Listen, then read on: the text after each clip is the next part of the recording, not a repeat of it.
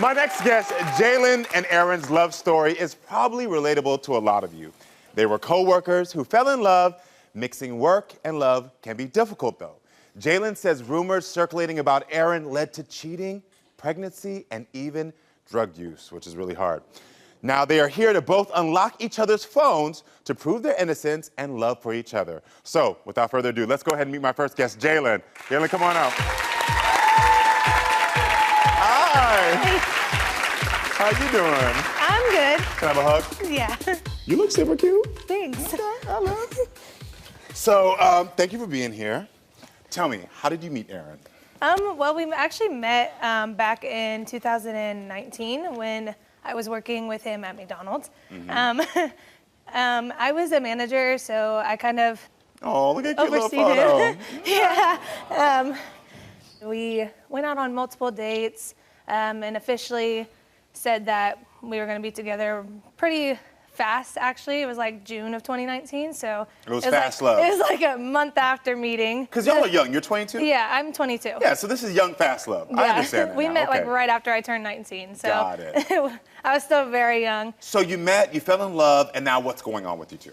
It's bumpy. It's literally on and off fighting every other day, every day. Even since coming out here, we fought already twice in the hotel room. Really? So About yeah. what? Just stupid stuff. It's more of like he brings up my exes a lot, especially with my daughter's situation too. She actually is not entirely Aaron's. It was kind of through a one-night stand situation. Aaron's not the biological father? No, he is not the biological father. Okay. And he's known that since a couple months after she was born. We did DNA testing, so. Got it. So you were with him, you had a one-night stand that resulted in a baby. I want to take it back a little bit before I talk about your child. Why at that moment did you cheat? I cheated due to a ongoing conversation that multiple coworkers of mine had with me, saying that he was cheating or that he was talking to multiple girls that we worked with. So it was kind of like I was young and really frustrated and kind of just took that opportunity and did cheat on him. How often do you argue about the cheating? It's literally every day. Okay. He constantly brings up my exes, or he'll constantly bring up my daughter's biological dad's name. He just throws it in my face constantly. What's making you emotional right now? Because he throws it in my face, but he's done worse to me. Yeah, here.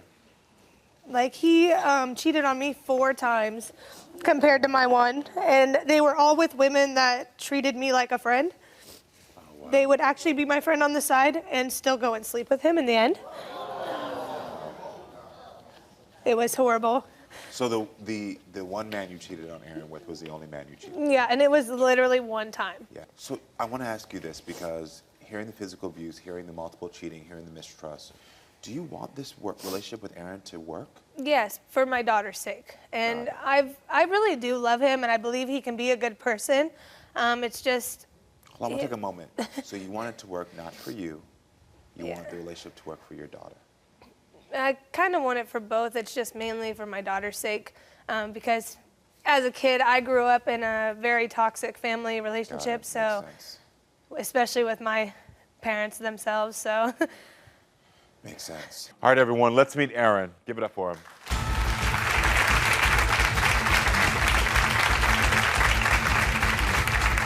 Hey, Aaron. Hey, Karamo. Nice to meet you, man. Come take a seat. All right, I can tell that you're already emotional. What's going on with you? You didn't even tell the full story. And it wasn't just a one-night stand. It was multiple times. Well, Aaron, I want you to tell me really quickly, because I want to hear your side of the story. And I can see that you're angry. I can see that you have a lot of emotions around this. So you're saying that there was multiple times she cheated. Talk to me. She cheated on me multiple times with the same person and was talking to multiple people. So the guy that was a one-night stand, it wasn't a one-night stand, the affair continued? Well, I didn't sleep with him on multiple occasions. It was more of like a talking situation to make him upset because I thought that he was cheating on me. Why does Aaron think that you're talking to other men?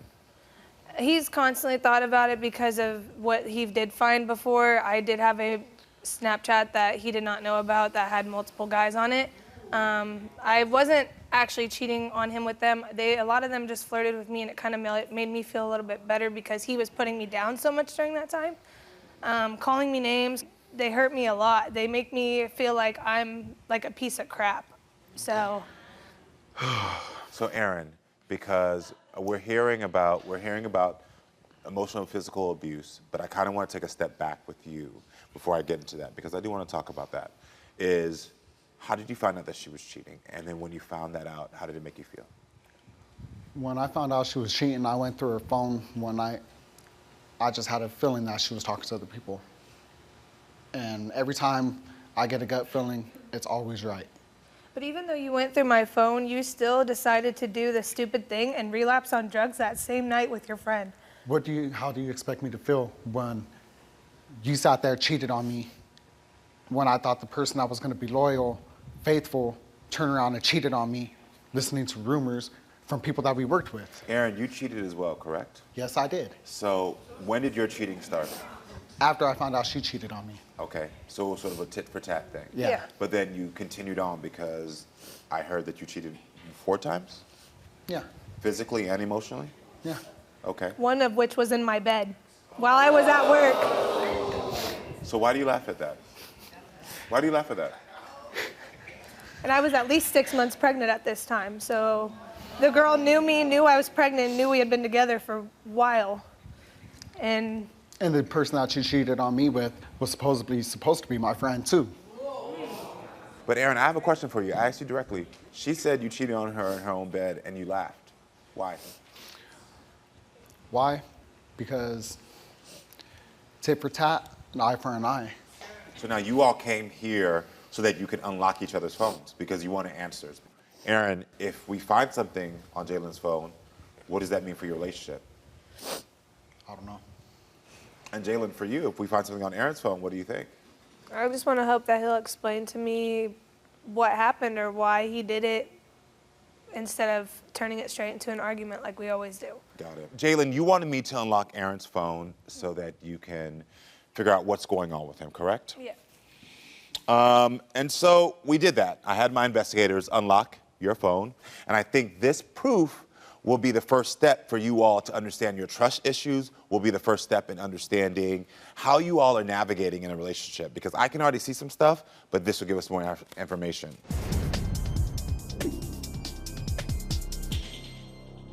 So are you ready, Jaylinn, to see what we unlocked? Yeah.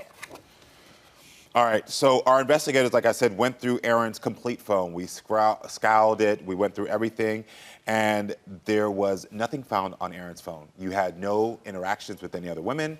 You were not talking to anyone. There was nothing there. That makes me feel a lot better.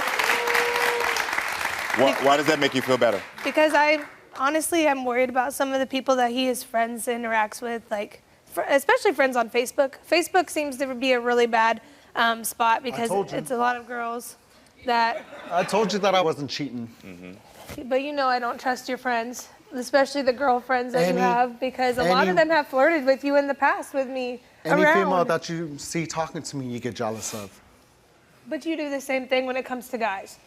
If you see a guy look at me wrong, you want to go and fight them instantly. Like, I don't understand why I'm always the bad guy in all of our, like, fights.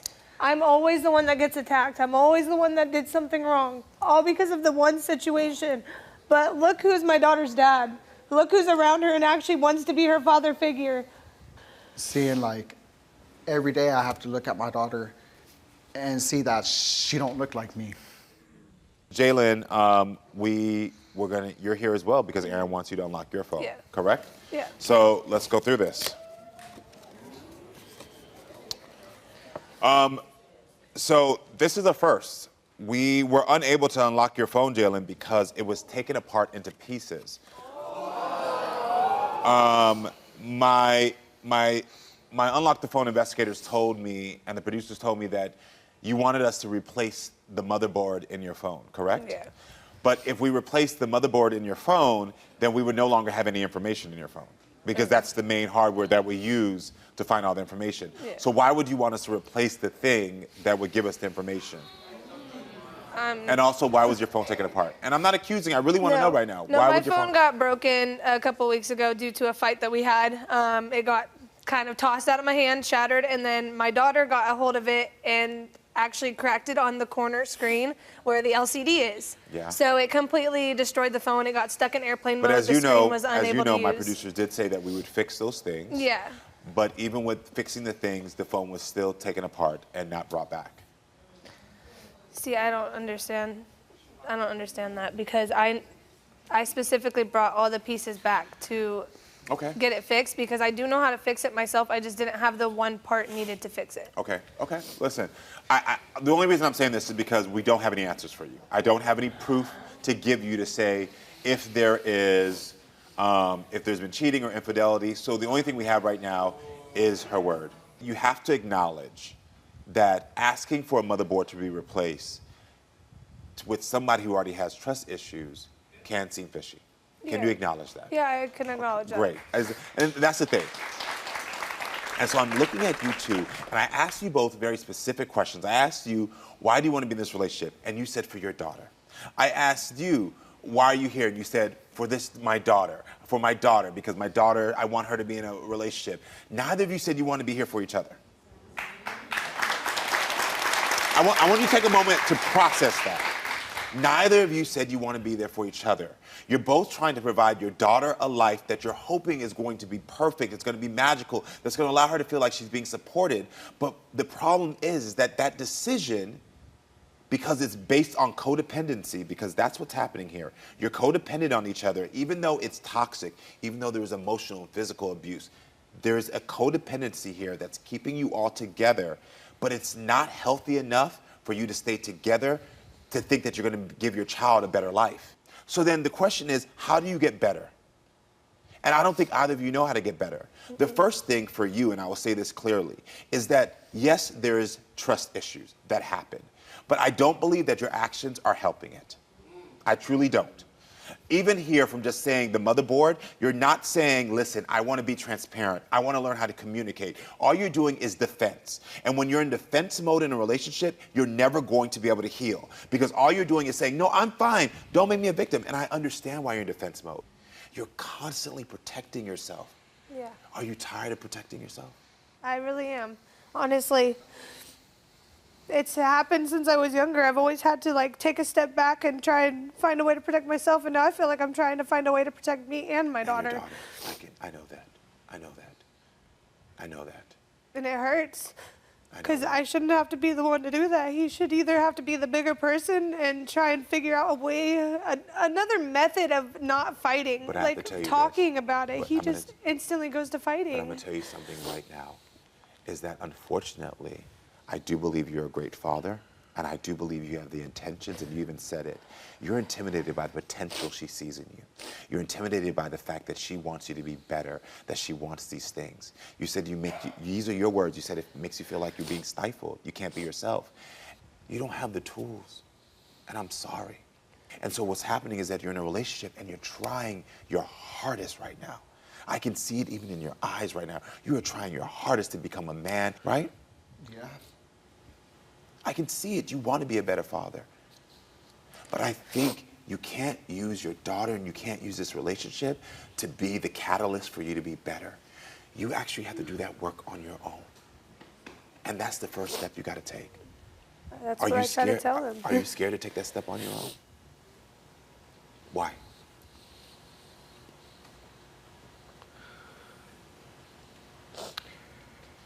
It's going to change. Yeah, I know. Yeah. He likes to take his anger out on the people he loves. That's how he usually does it. I'm not going to make an excuse for it. I don't think he's trying to take his anger out on the person he loves. I think the only emotion that you know how to respond to is usually anger, because that's how you were raised. I get it. I understand. But the thing is that you have to make a decision of what you want to do for your daughter and being in protective mode. These are decisions that you can't make right now. You need to sit with this question. I'm going to give you the question right now.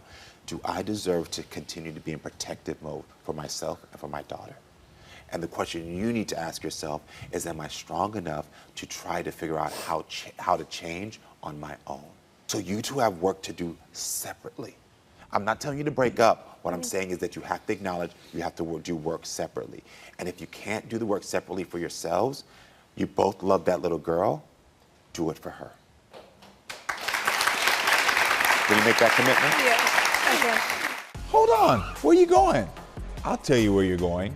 Right here to subscribe and right here to watch more. Period.